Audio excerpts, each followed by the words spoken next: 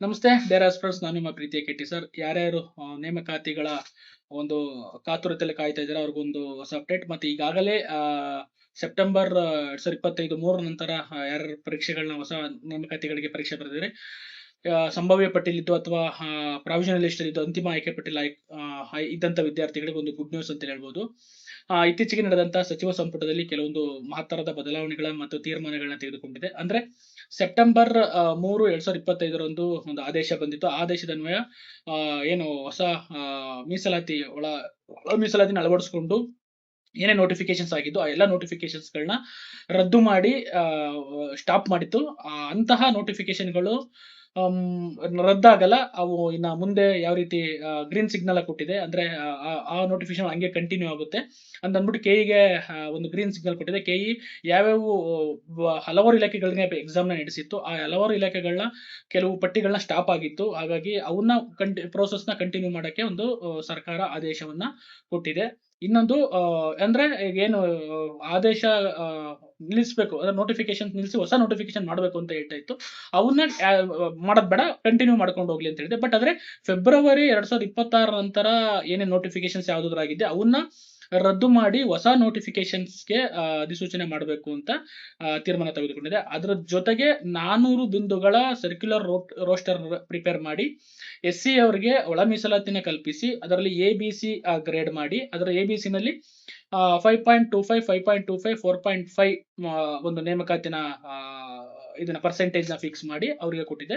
ಮತ್ತೆ ಯಾವ್ದಾದ್ರು SC ಕ್ಯಾಟಗರಿಯಲ್ಲಿ 3 roster ಬಿಂದುಗಳಿಗಿಂತ ಏನಾದ್ರು ಕಡಿಮೆ ಇತ್ತು ಅಂತಂದ್ರೆ ಅದಕ್ಕೆ ಎಲ್ಲರೂ ಸಹ ಏನು SC ಕ್ಯಾಟಗರಿ ಎಲ್ಲರೂ ಸಹ ಆ ಪೋಸ್ಟ್ ಗೆ ಅರ್ಹರಾಗಿರ್ತಾರೆ ಅನ್ನೋದು ಕೆಲವೊಂದು ಆದೇಶಗಳನ್ನ ಹೊರಡಿಸಿದೆ. ನೀವು ತುಂಬಾ ಕಾಂಪ್ಲಿಕೇಟೆಡ್ ಆಗಿ ರೋಸ್ಟರ್ ಅದು ಇದು ತಲೆ ಕೆಡ್ಸ್ಕೊಂಡು ಹೋಗೋದು ಬೇಡ. ಕಾಂಪಿಟೇಟಿವ್ ಇರೋದ್ರಿಂದ ನಿಮ್ಗೆ ತಿಳ್ಕೊಳೋ ನಾಲೆಡ್ಜ್ ಇದ್ರೆ ತಿಳ್ಕೊಳ್ಳಿ. ಆ ರೋಸ್ಟರ್ ಬಿಂದುಗಳು ಹೆಂಗೆ 400 ರೋಸ್ಟರ್ ಬಿಂದುಗಳು ಅಂದ್ರೆ ರೋಸ್ಟರ್ ಅಂದ್ರೆ ಏನ್ ತಲೆ ಕೆಡ್ಸ್ಕೊಬೇಡಿ. ಏನ್ ಸಿಂಪಲ್ ಆಗಿ ಹೇಳ್ತೀನಿ.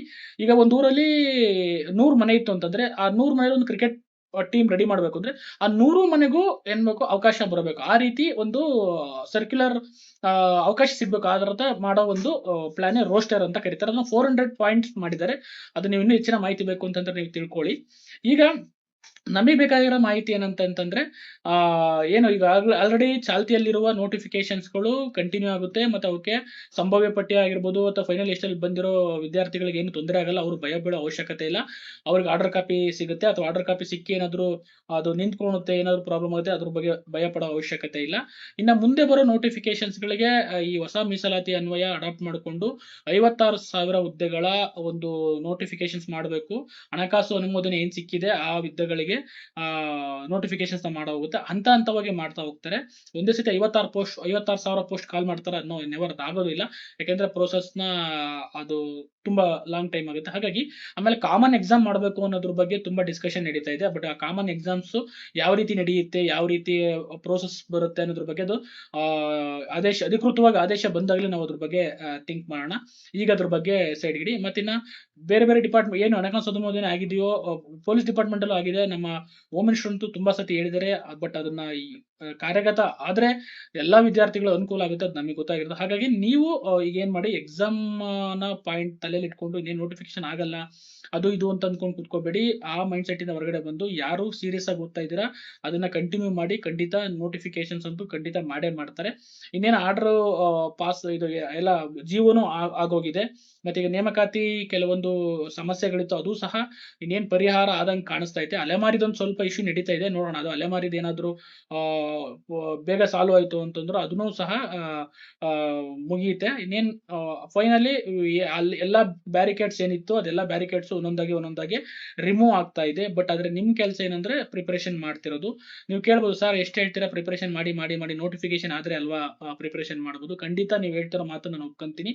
ಆದರೆ ನೀವು ನೋಟಿಫಿಕೇಶನ್ ಬಂದಾಗ ನಿಮ್ಮ ಹತ್ರ ಟೈಮ್ ಇಲ್ಲ ಅಂತಂದಾಗ ಎಷ್ಟು ದಿನ ಟೈಮ್ ಕೊಡ್ತಾರೆ, ಅವಾಗ ನೀವು ಅದಕ್ಕೆ ಮತ್ತೆ ಹೋರಾಟ ಮಾಡ್ಕೊಂಡು ಕುತ್ಕೋಬೇಡ್ರಿ. ನಾವು ಟೈಮ್ ಇಲ್ಲ, ಟೈಮ್ ಕೊಡಿ ಅಂತ ಅಂದ್ಬಿಟ್ಟು ಈಗ ಪ್ರಿಪೇರ್ ಆಗಿ ಬಂದಂತ ಅವಕಾಶಗಳನ್ನ ಉಪಯೋಗಿಸ್ಕೊಳ್ಳಿ. ನಿಮ್ಮ ಫಸ್ಟ್ ಅಟೆಂಪ್ಟೇ ನಿಮ್ಮ ಲಾಸ್ಟ್ ಅಟೆಂಪ್ಟ್ ಅಂದ್ಕೊಂಡು ಪ್ರಿಪೇರ್ ಆಗಿ ಈಗೇನು ರೆಡಿ ಆಗ್ತಾ ಇದ್ದೀರಾ ಇನ್ನೂ ಸ್ವಲ್ಪ ನಿಮ್ಮ ಪ್ರಿಪರೇಷನ್ ಸ್ಟ್ರಾಂಗ್ ಮಾಡ್ಕೊಳ್ಳಿ. ನೋಟಿಫಿಕೇಶನ್ಸ್ ಅಂತೂ ಆಗ್ಲೇಬೇಕು, ಹಾಗೆ ಆಗುತ್ತೆ. ಇದನ್ನ ನಾನು ತುಂಬಾ ವಿಡಿಯೋಗಳಲ್ಲಿ ಹೇಳ್ತಾ ಬಂದಿದ್ದೀನಿ. ಈ ಒಂದು ಅಪ್ಡೇಟ್ ನಾನು ಕೊಡ್ಬೇಕಾಗಿತ್ತು. ಅಂದ್ರೆ ಏನು ನೇಮಕಾತಿಗಳು ರದ್ದಾಗ್ತವೆ ಅಥವಾ ಫೆಬ್ರವರಿ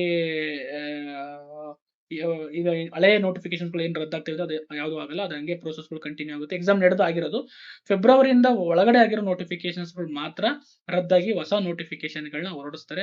ಹಾಗಾಗಿ ತುಂಬಾ ಭಯ ಪಡೋ ಅವಶ್ಯಕತೆ ಇಲ್ಲ. ನಿಮ್ಗೆಲ್ಲ ಅನುಕೂಲಕರ ವಾತಾವರಣ ಕ್ರಿಯೇಟ್ ಆಗ್ತಾ ಇದೆ. ಅಂದ್ರೆ ನೋಟಿಫಿಕೇಶನ್ ಬರೋ ಸಂಭವತೆ ಕಾಣಿಸ್ತಾ ಇದೆ. ಹಂಗಾಗಿ ನಿಮ್ಮ ಪ್ರಿಪರೇಷನ್‌ಗಳನ್ನ ಸ್ಟ್ರಾಂಗ್ ಮಾಡಿ, ಕ್ವೆಶ್ಚನ್ ಪೇಪರ್ ಸಾಲ್ವ್ ಮಾಡಿ, ಬೇಸಿಕ್ಸ್ ಬುಕ್‌ನ ಓದಿ, ಚೆನ್ನಾಗಿ ಓದ್ಕೊಳ್ಳಿ. ಏನೇ ನಿಮಗೆ ತೊಂದರೆಗಳಿತ್ತು ಅಂದ್ರೆ ಖಂಡಿತ ನೀವು ಕಮೆಂಟ್ ಹಾಕಿ. ನೆಕ್ಸ್ಟ್ ಯಾವ ಒಂದು ಟಾಪಿಕ್ ಮೇಲೆ ನಿಮ್ಗೆ ಯಾವ ವಿಷಯದ ಬಗ್ಗೆ ವಿಡಿಯೋಗಳು ಬೇಕು ಅಂತ ತಿಳಿಸಿದ್ರೆ ನಾವು ಅದ್ರ ಬಗ್ಗೆ ವಿಡಿಯೋಗಳು ಮಾಡ್ತಾ ಹೋಗ್ತೀನಿ. ಈ ಇನ್ಫಾರ್ಮೇಷನ್ ನಿಮ್ಗೆ ಇಷ್ಟ ಆಯ್ತು ಅಂದ್ರೆ ಲೈಕ್ ಮಾಡಿ, ಶೇರ್ ಮಾಡಿ. Thank you so much.